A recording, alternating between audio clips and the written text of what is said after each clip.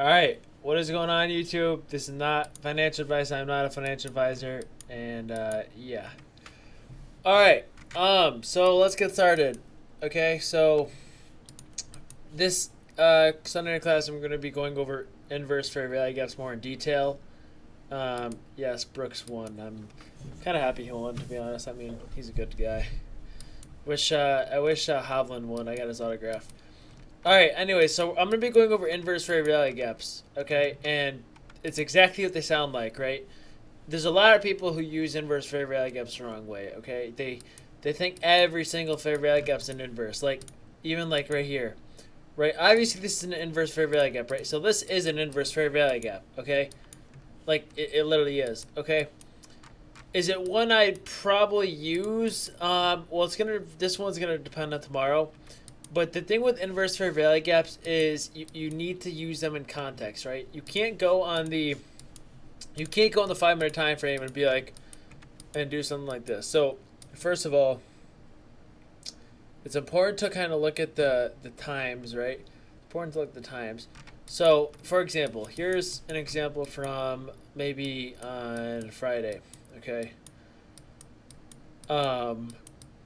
Here's a basic example to start off. Okay, so an inverse fair value gap is just a fair value gap we use, okay, to the opposite side. So, for example, okay, this fair value gap, okay, you can say this doesn't work because why? Because we reject this bearish PDE rate at the same time, right? So this gets blown through, right? This is not a surprise, okay? And then this ends up working, right? Where we get a green candle in it, right? This ends up working.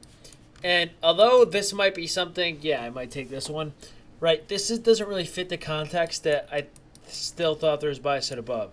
And if you're in my premium, right, I still have buy side up here. So this is like really the first example where okay, there's a 5-minute inverse fair value gap, right? And the main thing to notice about this is the only fair value gap, right? The best inverse fair value gaps are going to be the one where it's the only fair value gap there, right? So in this whole leg, right, there's an inverse fair value gap here. This is the only one, right? There's a green candle. Okay, there's no other from this swing low, right? From the swing low to the swing high. It's the only inverse fair value gap, okay? So there's none other. And these are my favorite ones to use, okay? Sometimes if there's multiple, it can be very tricky, and sometimes it's going to take screen time for you to know which one to use, and I'll go over that later. But the best inverse fair value gaps are the one that align with the context and also with a single one. Okay, and you could have made an argument saying, yeah, this was a B setup because why? Because right here, right, we're so high. Even though we might have buy side above, which like let's say buy side's here. I don't know exactly where it was, but I know it was above. Even though we might have buy side there, right? We're still so high. We're still way in the premium in the higher time frame, right? If you look at from the swing low to the swing high, you got to realize like we're still way in premium at the time, okay? And we actually never hit discount, unfortunately. But this setup right here, right? You got okay. If we are bullish, right? You got to think it from this standpoint. If we're bullish here, right? I see these equal highs. If we're bullish, but we see us like theoretically, okay? Let's see here. Theoretically. Okay, would you guys just pretend you forget everything you know, okay, that I just showed you? So we're going to this situation. We're on the 5-minute, right? We know we're in premium. Theoretically, would you guys think that this fair value gap should work for long? If there's liquidity above, right? If there's buy side above, do you theoretically think, okay, this should work for long? Let's just forget about premium discount.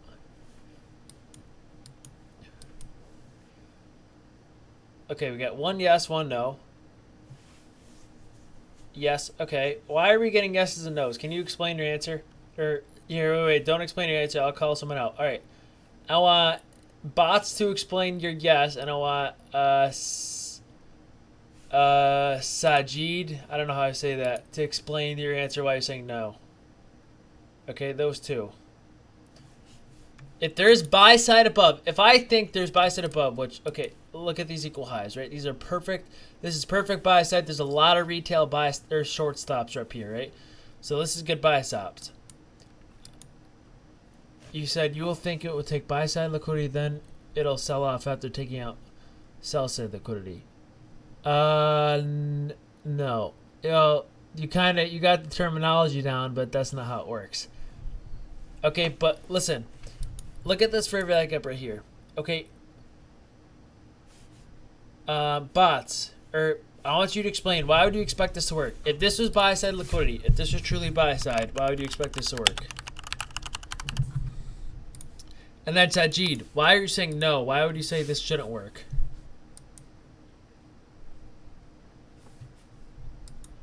No, Betsy, there's no equal lows down here. These are not perfect.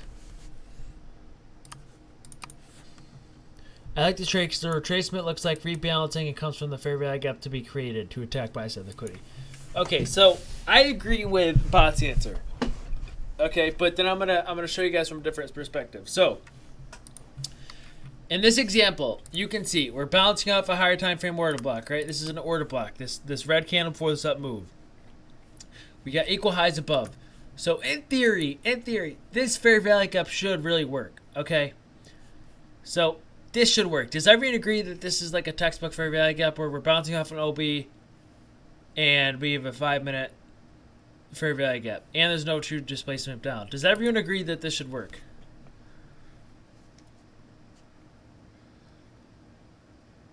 Okay. So this looks like a textbook fair value gap. Okay, now I'm gonna start bringing this from another perspective. So one of the things I said in my index commentary, okay, on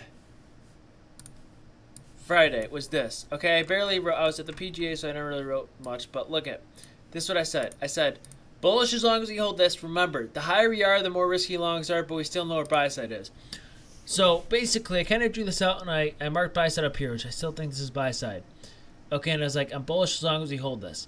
But you got to realize, we're still way in the premium, and it's still way too risky to long this because really, like, it's best to wait for the discount price to be hit, right? On Thursday, I did not size heavy in longs because we just never hit discount, okay? We never hit discount, okay? So you're going to see this in a moment, but we all agree that this is a textbook long, which I do agree. I think this is a textbook long, okay? It's just there's an order block here. We held this 5-minute order block, right? So really, where should price rebalance to? It should come hit this and attack these equal highs, okay? Okay, now I'm going to ask you from a different perspective. Now I'm going to zoom out and go to like the 1 hour, okay? Now, this is the, actually I'll go to like the 15-minute. I think that's better. Now I'm going to go to the 15-minute, and I'm going to draw a discounted premium from this low to this high. Okay, so we know premiums right here. We know on the 1 hour, very extremely high. Okay, now does this look like a textbook A+ long? Yes or no?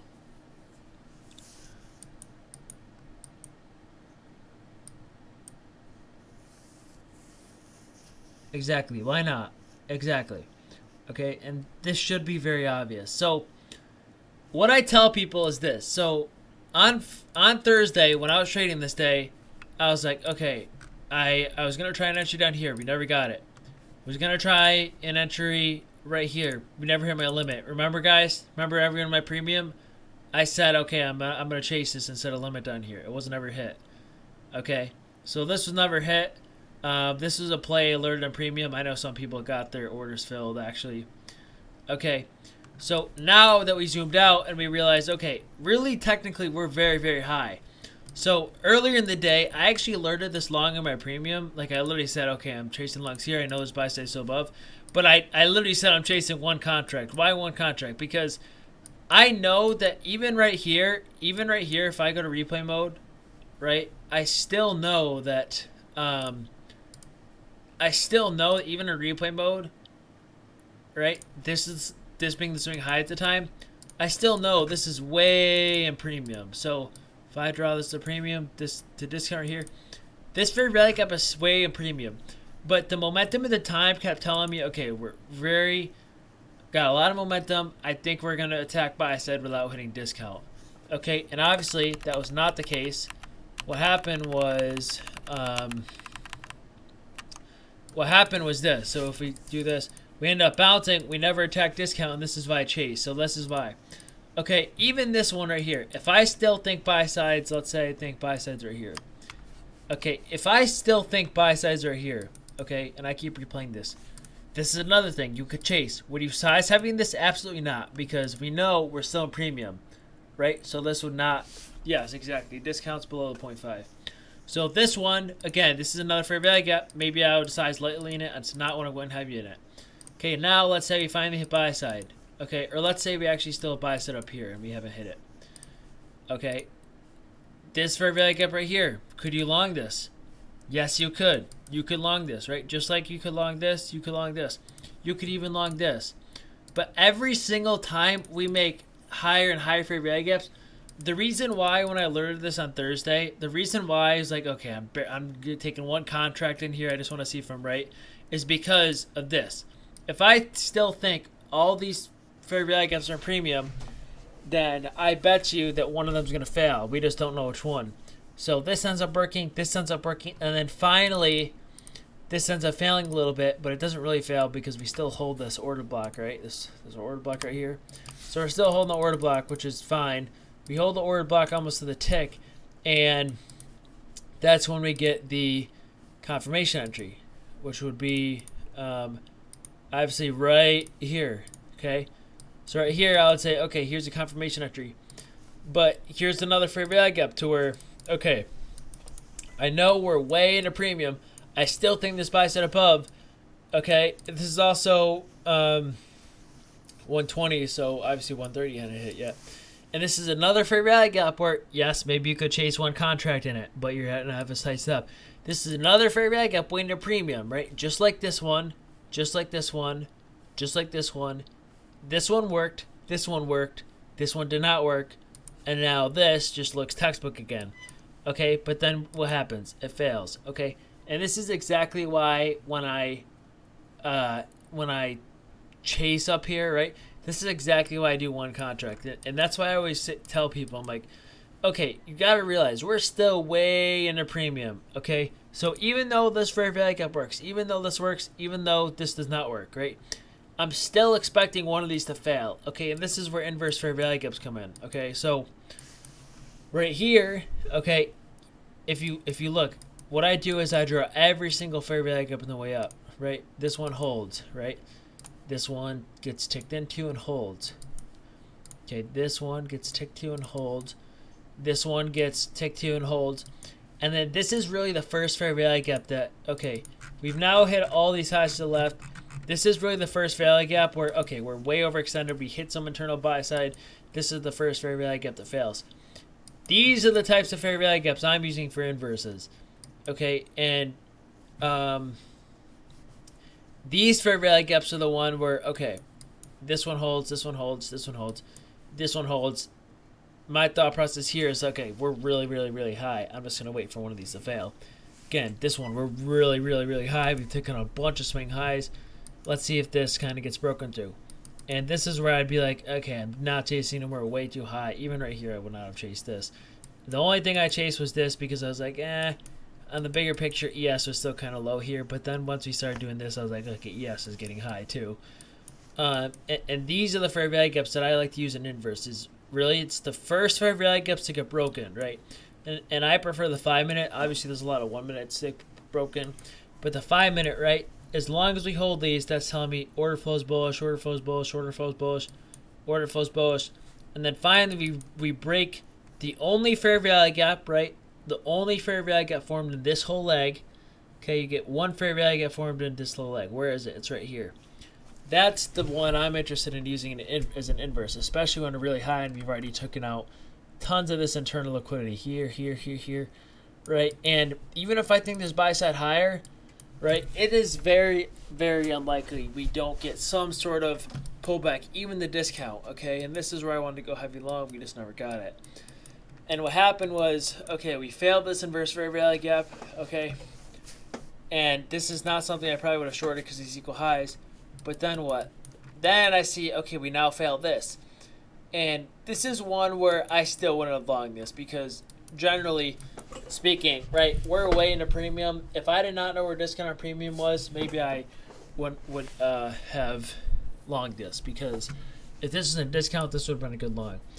But in the back of my mind, you just got to realize, okay, these are still really risky. This is risky. This is even risky. This is risky. Even though these risky ones work, you got to realize we're waiting a premium. We're going to get some rundown or some retracement at some point. You just don't want to guess. And that's why the higher we get, that really you don't want to start chasing. And a lot of people in my stream, sometimes they chase even though I say not to, and then they get wrecked. Sometimes they succeed though, okay? And if you're that type of trader, that's fine. Okay, I've chased too, and I also lose when I chase. But you can't go heavy because this is a play where I can see myself chasing, but I am buying a couple of contracts in here. If I lose this play, I'm still green for the day. If I'm red for the day, I'm never chasing something like this. Okay, but this is just one of those fair value gaps where, okay, I know we still buy set above, but we're still waiting the premium. Maybe this is where I'd expect some retracement into discount. Okay, so like here's the only fair value gap in here. Here's the inverse fair value gap that I'm interested in.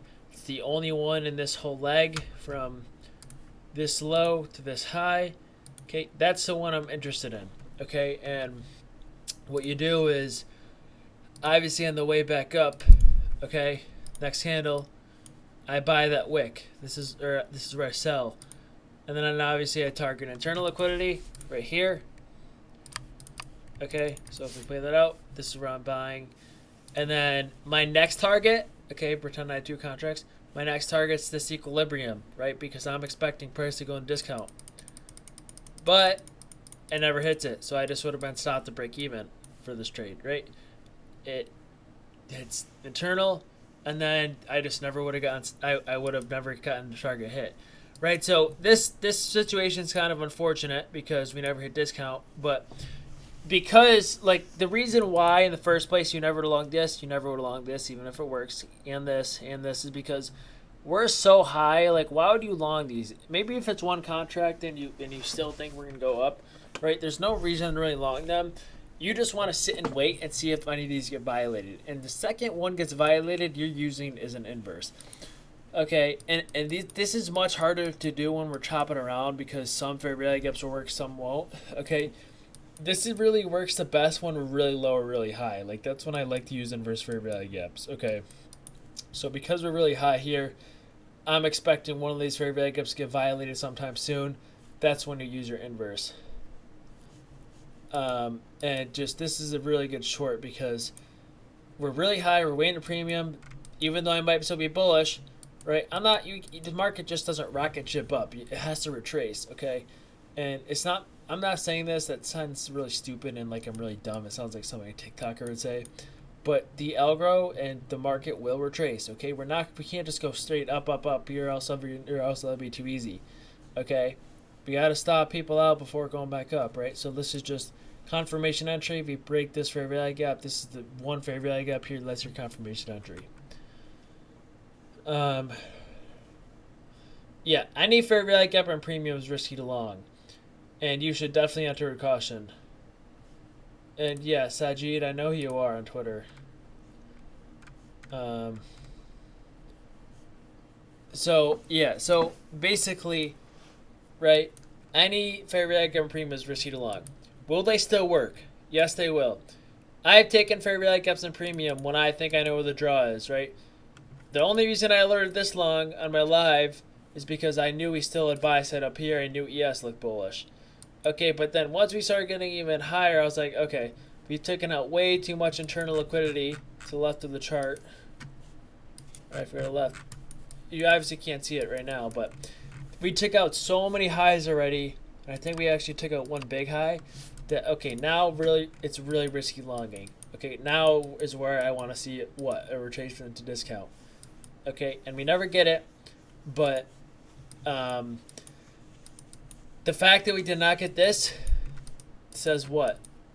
Okay, I came into premium, or oh my god, I keep saying premium. I came into my Discord chat, and if you guys were in chat the afternoon, I believe I called this setup. I was like, okay, this is a pre-setup.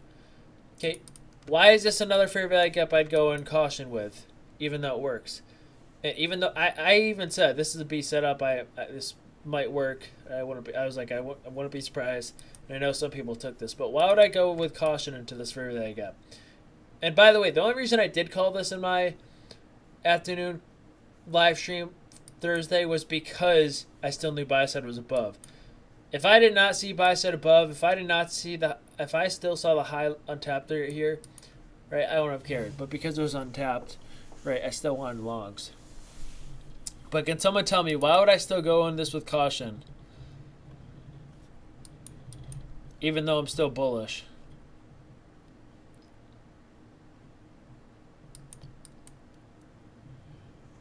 Yeah, exactly. So we never hit discount. And let's say we did this. Let's say we did hit discount and then we got this. Would I've gone in heavy with this? Or would I have still gone with caution? Yeah, probably heavy because I know, okay, now we retrace the discount, so that's good, right? Once a market retraces the discount, it wants to hit buy side weight and premium.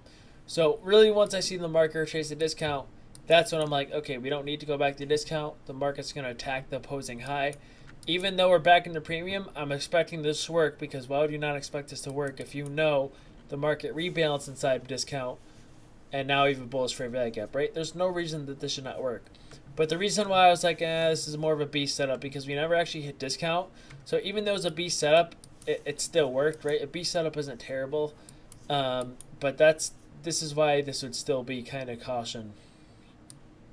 Why is it not discount? Because if you draw on the higher time frame, right? If we draw the fib from this high, I'll turn on these, right? We never, ever came under this 0.5 retracement, which tells me the market never retraced to discount, which makes it very risky longing this, even this, like, because sometimes what happens is the market will create a high or a low right before the 50%, and sometimes what happens is we do something like this, kind of trick people, and then we hit discount, and then we go up. So that's why I was kind of being cautious. Luckily, the momentum was very high that day, and I guess I didn't want it to retrace down there, but that's something where, like, I'll have a bullish bias, but so sometimes you won't hit discount, okay? So, again, hopefully this kind of tells you, like, okay, here's why this was such a good inverse fair value gaps, because I knew we didn't hit discount. We are very high. We already tacked so many highs, so this is what, like, an inverse I'd use. Okay, now, if I X this out, okay, we got the same thing on Friday, okay? On Friday, same exact setup where we have hourly fair value gap here on Thursday, okay? And then we finally, the same thing, hourly fair value gap here on Friday, and this order block right here, okay? And now from the low we created Friday, again, what do? I draw a discount to premium, so like right here to right here, okay? And literally the beginning of the day, just like I called Thursday, I wanted discount. Same thing. I didn't trade Friday, but the same thing I wanted, right? It's very risky to long any of this, okay? I don't care if you get a long setup, right? Here's an inverse fair value gap. Why would I not take this? You can see that it's used an inverse, by the way. Why don't I take this long, even though it's like a... First of all, the reason why I do like this is because it's the only fair value gap in this whole leg, by the way, right? Those are my favorite inverse fair value gaps. But why still wouldn't I take it?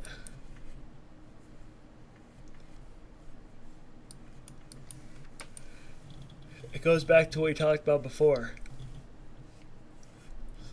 Also, look at the time, by the way. Well, if buy side wasn't purged, then yeah, I would take it. Okay, buy side was not purged. And I thought this was buy side on Friday morning. I literally marked a black line here. I was thinking it was buy side. Exactly. It's way in a premium again. Right, so right here, this is actually very interesting. Okay, if we go, right, we kind of violate this. Okay, we go. We actually do create an SMT here, by the way. So this is something you probably can't see. We create an SMT here, bearish SMT. And that's the other reason. But really the main reason is because just like Thursday, where, okay, I would not have longed any inverse fair value gap weight premium. Just like Thursday, right? We never retraced in discount on Thursday, right? Just because we don't retrace in a discount on Thursday doesn't mean we're going to trace in a discount on Friday. Okay, just because there's one day of, oh, we didn't hit discount or we're never going to hit it. Friday, it's still risky longing this, right? Because even though we think bias is above, right, did we ever hit discount? No, we did not. So something interesting you can see is you get this red candle 5 a.m. Okay, this is 5:15 a.m. This is 5:30 a.m. This is 5:45 a.m. You can start to see it work a little bit. And then once London ends at 6, right, you can see, I think this is London lunch actually. The kill zone ends at 5. You can just see we kind of start to violate this. But this is also bearish SMT. There's probably a lot of reasons why this failed. But anyways, just because on Thursday I do not expect a retracement into discount doesn't mean you don't expect the same thing for Friday, because even though this ended up working on Thursday, right, even though these longs worked, was it still risky? Yes, it was. Okay, did it work? Yeah, great. Was it still risky? Yes, it was. Just like up here, right? If you long this, even if this worked, would have been nice. Okay, did it work? No, it did not. Okay, if it was Thursday, would this have worked? Probably. Right, so even though on Thursday we never traced discount, okay, you have to go in with the same mindset Friday and thinking, okay, this is still risky, we still never hit discount, you should expect the market to hit discount. And we finally hit discount, this is where you start looking for your longs. And once we do hit the discount, we actually did get a few good long setups, kind of. So we hit discount right here, and obviously, like, I actually call this in chat as, I guess, looks good for a long, like something like this. And we end up kind of going a little below it. We never hit the swing low, though, which was the stop. And then we end up taking out this high, and then we just never got past it. So more of a break-even trade. I would have liked this high. But, again, once we hit discount, you can start to see a lot of buyers come in when we hit discount, right? Unlike right here, where we get, like, 0 fair value gaps here, right, because we never hit discount. Okay, by the way, this discount fell off. Okay, here's the discount. Right here, you can see the second we wick into the discount, we finally get a big candle. Does it create a fair value gap? Nope. And then again, what happens? We create a discount, we finally get more buying. Right, you can see how important, like, as soon as we hit discount, we just get so much more buying than before, right, where we barely get any buying right here. This is the only good buying I would consider we get. And we hold this fair value gap for some while, but then we end up breaking through it. And obviously this is like a macro, and macro ended here 11:10. You can see after the macro it ends up failing, right, because the kill zone ends. So obviously not a good thing to stay in. But you can see, like, as soon as you go under discount, we start getting more buyers, right, or more not buying pressure, by the way. Just there's a lot more buy orders. So that's really important to understand. Like, okay, if you want to use inverse fair value gaps, you have to know the context, right? Yeah, and it was also because of Powell. You have to know the context, because if you try taking like a inverse fair value gap to the upside, like for example right here, and you know we're in premium, well then this is probably not going to work. Okay, if you try taking a bullish fair value gap as an inverse to the downside when you're in premium, well then yeah, that's probably going to work, right? If I look at the 15-minute time frame, this is the only fair value gap here on this leg, from this leg here to this leg here. This is the only bullish fair value gap in this whole leg. Okay, so I love this in the first place, right? It's the only bullish fair value gap. It lines up with this volume imbalance to the left, so you can even narrow it down more. And it's the only bullish fair value gap, okay? What happens when we close below it? Okay, now we want to see it uses an inverse. Okay, you can see we come up wick, right? It matches up with order blocks. It matches up with this inverse volume balance. It matches up with this inverse bearish fair value gap. We know we're in premium. So this is a setup where, okay, I'd short this and my stop would be close above. And then I'd target where? Where would I target after I short this?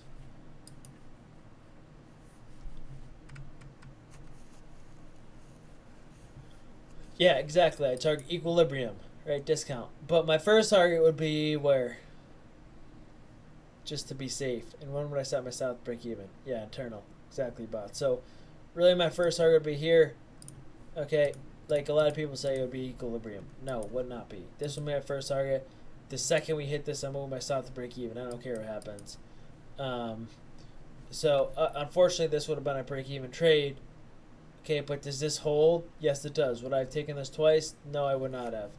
Okay, but you can still see, like, this is the fair value gap, where it's a bullish fair value gap, where we can use it as an inverse because we know the context. Okay, and a lot of people, what I see them make mistakes is they just slap any inverse fair value gap. You can't do that.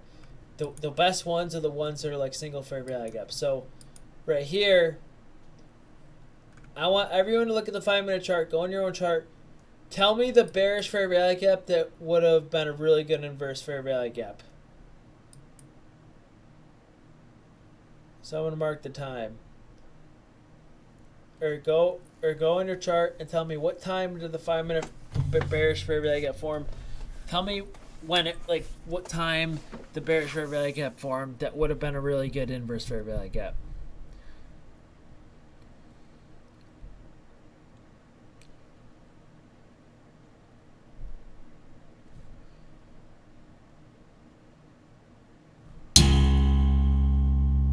Okay, we got one answer for 11:15.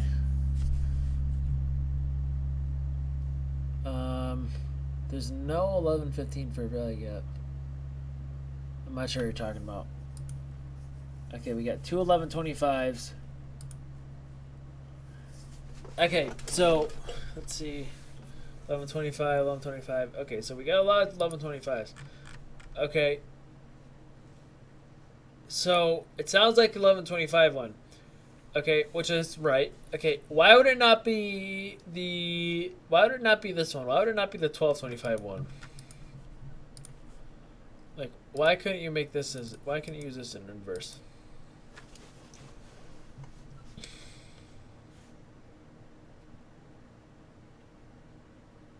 No, because people reverse their orders and they're reliable. Okay, lunchtime, true. You're right about lunch, but there's another reason. Yes, so it's during lunch, but again, I still expect the algorithm to work during lunch sometimes.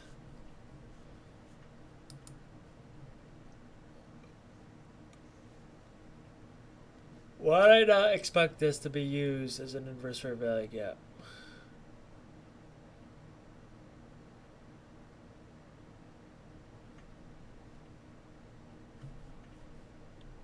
It has something to do with the fair value gap you mentioned before.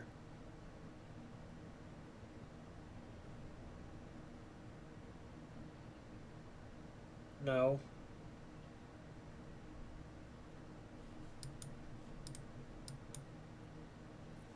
Yes, Rick. Definitely the RSI. Yeah, exactly. So, what Bob said, we never broke the 11:25. Yeah, I was confused, Eric. I think my cursor was over there and I didn't know what you're talking about. So, it's this fair value gap right here. Okay, the reason why I would not use this as an inverse to the long side, because technically the main fair value gap holding us down is this one. Why is this the only one I would have marked? Because this is really the only bearish fair value gap in this whole leg. There's no bearish fair value gap here. The last bearish fair value gap is right here. Okay, so this is the main one holding us down. So I'm not bullish until we break this. Okay, even though we broke this, right, that doesn't tell me anything because we're still below this. Okay, so this is the main one holding us down. Until we break that, you would not be bullish. Or even still, right, could this still be used as resistance? Could we do something like, by the way, I think we're bullish right now. I think we're going to go with these equal highs. Could we still do something like this? Yes, we could. Right, because this is the last bearish fair value gap pulling down price where we held it down here.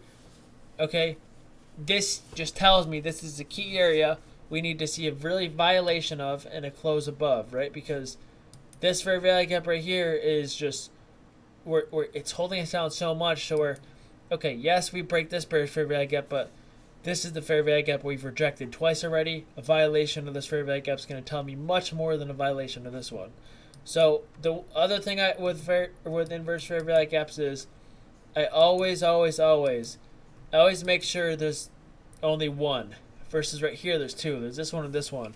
If there's two, I make sure it's the highest one that I'm kind of watching. Okay. So that's why I marked that one. Okay.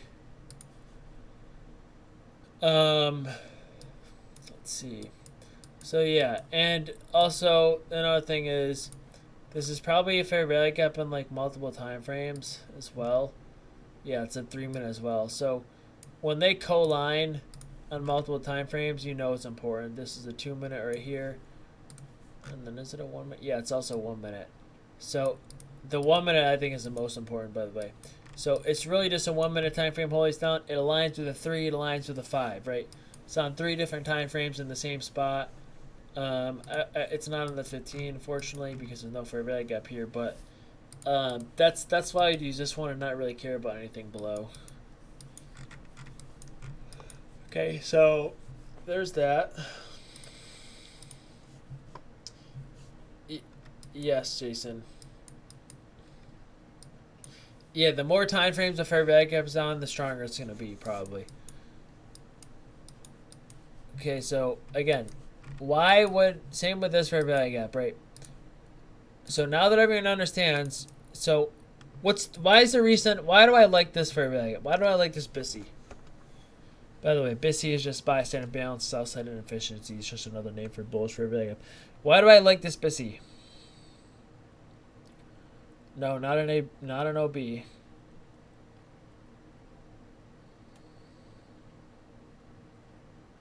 Rebalance multiple times, no. There's another reason. Why do I pick the inverse fair value gaps I do? Eric's, yeah, I kind of agree, Eric's. It just depends. Like, I'll actually determine my thesis for tomorrow in the morning, Eric's. But, yeah, that's kind of what I'm leaning towards at the moment. Yes, exactly what Bot said. There's only one in this whole leg, okay? And it's right here. From swing low to swing high at this fair value gap was created. There's only one of these, okay? So it tells me this is going to be the most important spot. There's no other fair value gaps, just this one. So that's why I like this fair value gap in the first place. But why would you not short it right here? Why does it fail? Why does it not work as an inverse? There's two reasons.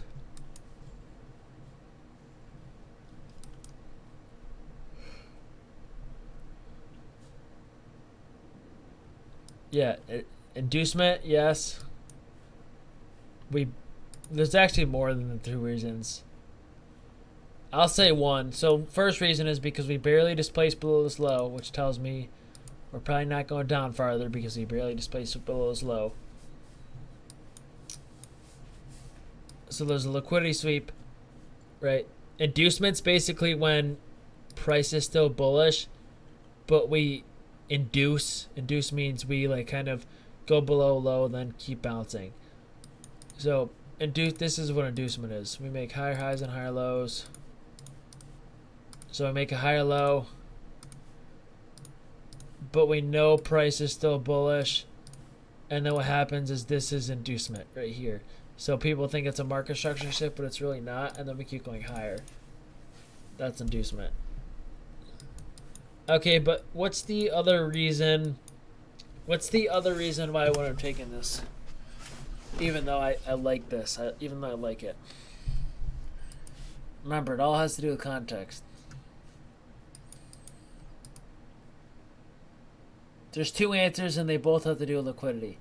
Yep, buy sides above, one thing, right? So you could, again, equal highs in NQ are very important because even though these are only two equal highs, it's a $13,000 index, so the chances these could create are very slim. So buy side above, and then what's the other thing with the liquidity? No, it was not hit, Piperella. There's still buy side above here. I'm not sure exactly where. So that's one reason. There's still buy side above here. There's also these equal highs. I'm not going to go way back and mark the buy side from over here, but buy side above, and then what else is also above? Fair value gap above. No. There's one reason. There's another reason. No, this was the Judah swing. Okay, I don't know if you guys have ever heard, but there's a 130 Judah swing exists. This was it. So we get the Judah swing down. The other answer has to do with liquidity. What was forming above? Exactly, Sylvia. Okay, Sylvia got it. So, again, Sylvia got it. What was forming above? Low resistance liquidity, like a retail trend line, right? So because we made a lower high here and because we made equal highs here, that tells me what? Okay, if I were to go in replay mode and go right here, would I be confident going here? Maybe, not as confident. Okay, but then what if we got something like this? So, someone answer this question. Would I be confident or going higher here? Yes or no? Like, very, very confident. No? Okay.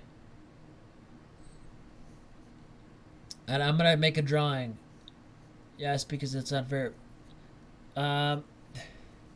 yes, Professor X, I see what you're saying. Yes, because we're on this fair value gap. Yes, this does look like we're going back this high. But you're going to see my lesson in a moment, and this is going to be followed through. No, because bearish fair value gap. Liquidity was not taken. Okay, so basically it's like the majority of the answers I'm getting is, I want to be super confident going higher here. Okay, what about now? What if we did something like this?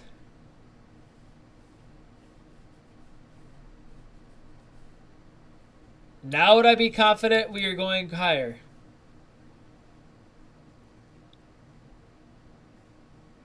Why would I be confident going higher here?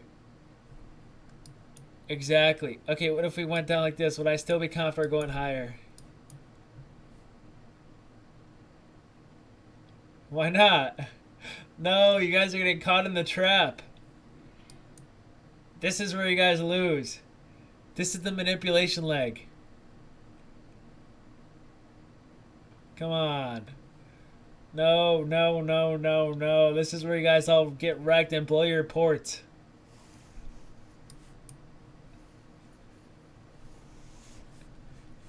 You guys lost. You guys lost all your portfolios, unfortunately. So now, so really right here, I would be more confident. Okay, right here. I'd be more confident here versus here because now I'm working with something. Okay, now I'm working with, okay, we create lower high, lower high, lower high, lower high. And they're all so close to each other. So that tells me what? That tells me when we hit this high, we're going to break up and we're going to hit this high. And then we're going to hit this high. Right? This is really nice engineered liquidity where we're setting up so many engineered and perfect highs that I know there's going to be a big candle break over them. Okay, and then that's when you get your manipulation leg where, okay, shorts are like, oh, I'm going to buy for the breakout. And then we get the manipulation, stop out the longs, and then we get the power 3 distribution right here. Okay. So, again, there's an important difference. Here, I would probably be 50, 60% confident we're going to this high. Versus, if I waited a little bit, saw something like this, I'd be like 90% confident we're going for this high now. Okay. Do you see how, in the eyes of a retail trader, do you see how a retail trader would be more confident we hit the high here? But do you see how a retail trader would be like less confident now that we hit the high here? Like, doesn't this look bearish to you if you're like just guys using retail patterns? Like, this looks a lot more bearish to me now versus what retail traders don't realize is, obviously we are retail, but those guys don't realize is, okay, we just engineered a ton of perfect stop losses. We just engineered all these stop losses. So even though we're creating lower lows and lower highs, you want to see like, okay, are these lower lows and lower highs we're creating, are they forming in a perfect algorithmic trend line, or are they just forming sloppy all over the place? If we were forming lower lows and lower highs like this, where maybe hit buy side, go like this, make a lower high here, and then do this, and then do this. Oops. Damn it. Okay. If we were creating lower lows and lower highs like this, and then go down, then do this. This is bearish to me because, to me, this is high resistance liquidity because we're creating a high, and then we take out the high, then we go down. So this is more bearish to me versus if we keep going down like this and creating these perfect highs, that tells me we're going to go, once we break one high, we break this high, then we break this high, right? That's more bullish to me versus the pattern before right? This is a lot more bearish because now this high resistance liquidity, right? We already took the stop. So when we break this high, it's going to take us, it's going to be much more resistant getting to this high because this is high resistance liquidity, like almost a broadening formation. Okay, and this is what guys miss. They think this is bearish when this is really not. Okay.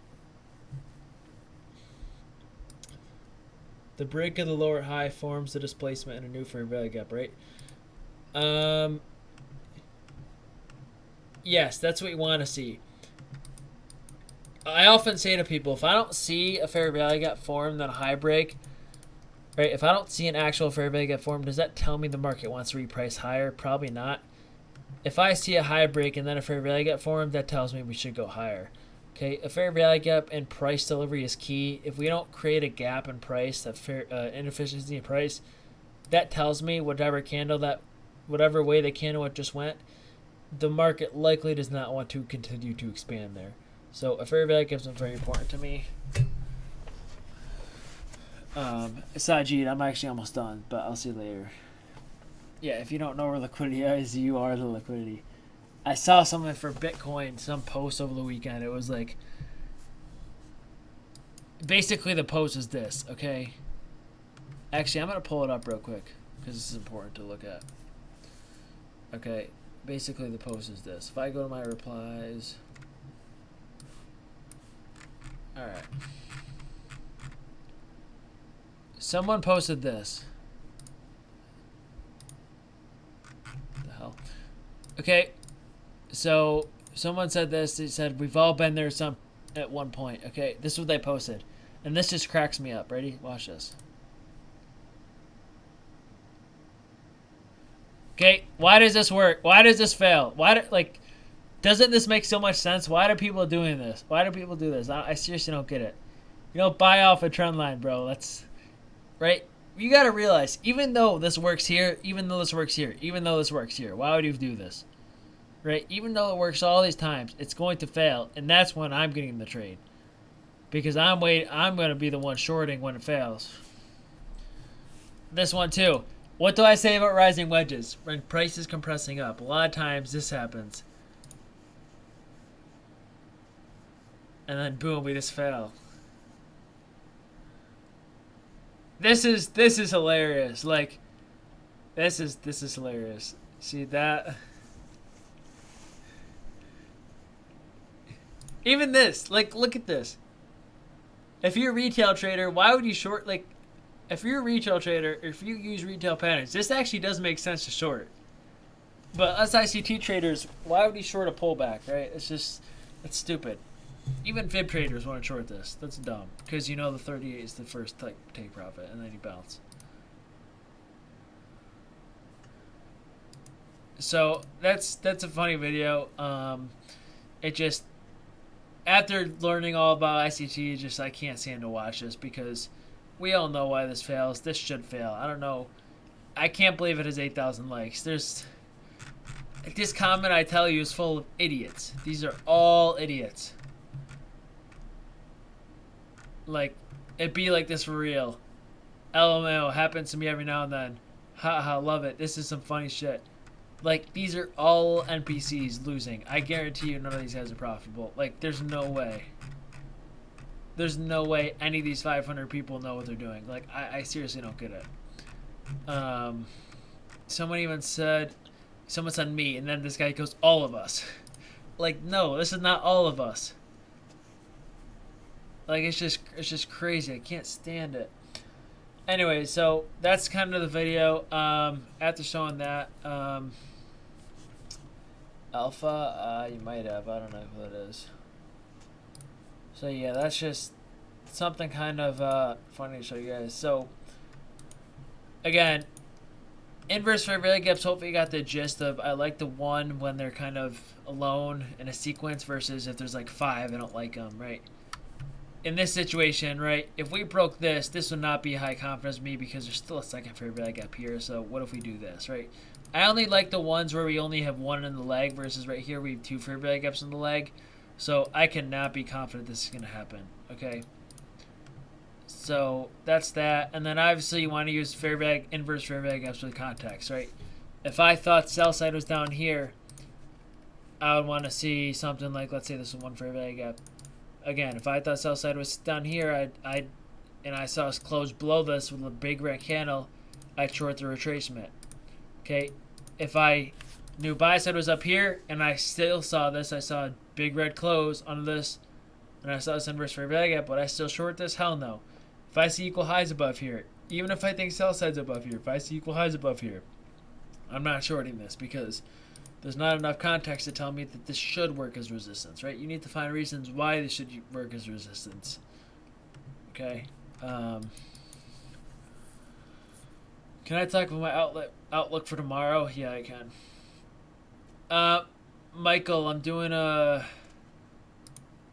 this is all recorded.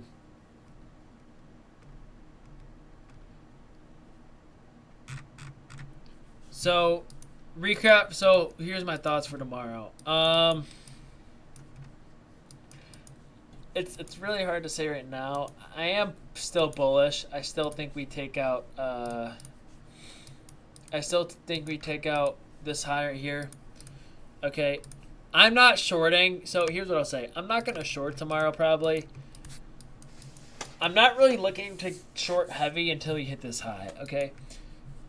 There's a daily fair value gap here, which, by the way, is this in premium? Yes, it is. So if I go long tomorrow, I'm going to go long with caution. Because we're in a daily fair value gap, I am expecting something like this to happen. I expect this or I expect this. Okay, until I see structure that tells me we're going to get this, I'm not shorting, okay? I can still see this happening. Obviously, I'm going to react to this tomorrow when I wake up, but I can still see this happening. But ideally, right, I want this. Okay, I'm still bullish. I just don't know how deep we go first. Again, is it really dumb to short this even though we're in premium? Yes, it's dumb to short just because the nature of this is we know you buy sit above and we don't have to retrace the discount and we know this is bullish fair value gap. So very dumb to short here. I'll say that. And it's even if we keep going down, dumb to short. Maybe you could short for like a quick scalp, but not something I'd be holding long. And then I expect something like one of these two scenarios. So that's kind of what I'm thinking tomorrow. I'm probably not going to short unless I see something very textbook to tell me we're going to go hit this sell side, which we might, okay? We might retrace the discount, but as we know, we don't always retrace the discount. So this is kind of my outlook right now. I'm not going to heavy short until we hit these highs. So, yeah. I know you don't trade the news, but be careful that debt ceiling negotiations this week can move the markets massively. I don't care about the news because usually the chart aligns with whatever the news is. So, all right. Does anyone have any more questions?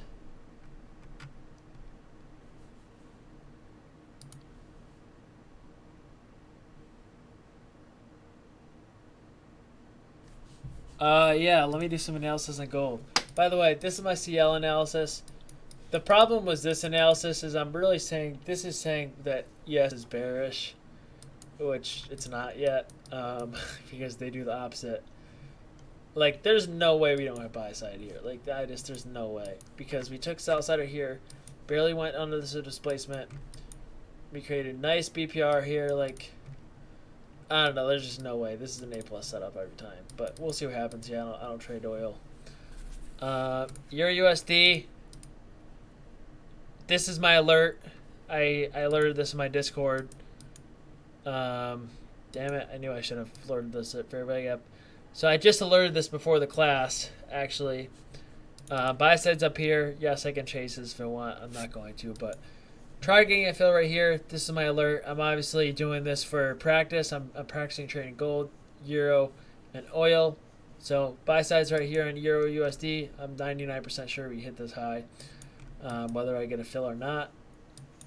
So we got that, and then let me check out gold.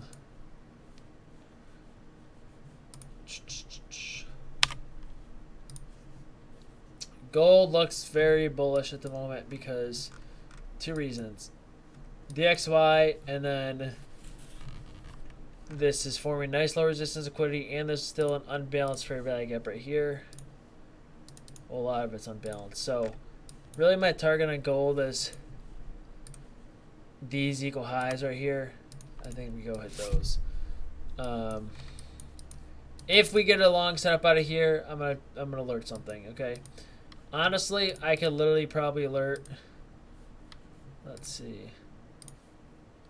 I could probably alert something like this. The stop is way too big. Will this even give you 2? So yeah, this won't even give you 2R. So I guess you can try this. I don't know if we're gonna fill. So I guess this is the alert for gold right now. I expect this to happen whether we hit the entry or not. Again, why do I think this is buy side? It's because 2 reasons. One, we're forming a low resistance liquidity, so I'm expecting this to break, right? This is very bullish, right? Even though this is lower high, and this is lower high, and this is lower high, this is very bullish because this is forming a perfect algorithmic trend line, okay?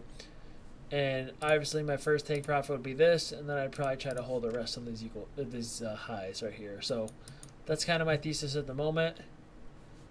Yeah, this is too big for me, honestly. I'm not gonna lie, this is too big for me, Leopard. And yeah, still looks bullish to me, right? If I come in tomorrow morning and we're above this fair value gap, I'm bullish tomorrow. If I see us violate this fair, I want to see a strong institutional candle over here and close over it.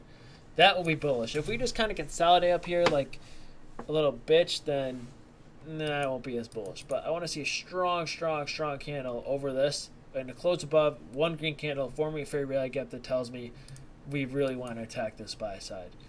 Okay, until I get that, it's not super confident. Another thing to realize is we have equal highs here, and we have equal highs here, so that's bullish as well. Okay, but if I see a short setup tomorrow in textbook, I'm probably not going to take it. I'll just wait for a Tuesday or Wednesday to long. What about the 1 hour fair value gap?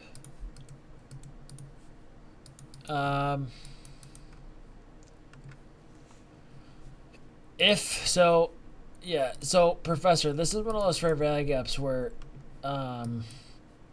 okay, same situation. Okay, you're saying why wouldn't you short something like this? Okay, same situation. Why wouldn't I short this?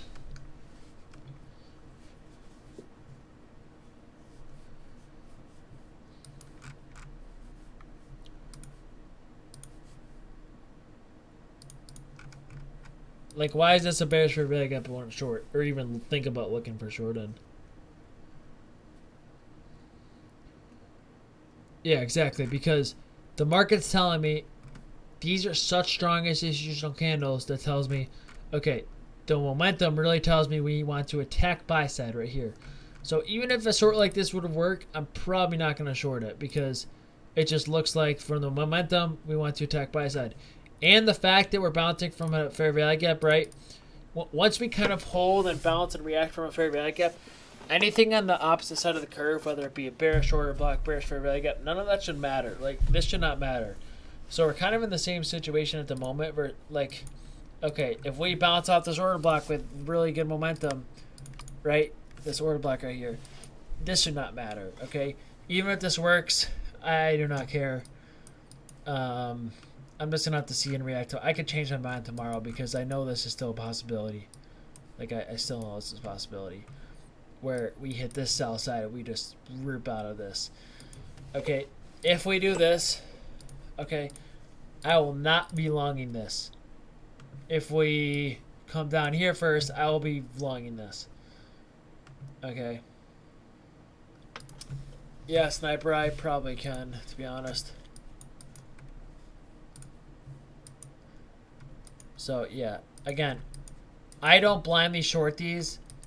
This is the 1 hour chart. I'm not going to set a limit here. I'll go to the lower time frame and I'll look to see, okay, will it give us a short setup? Like, will it give us something like this?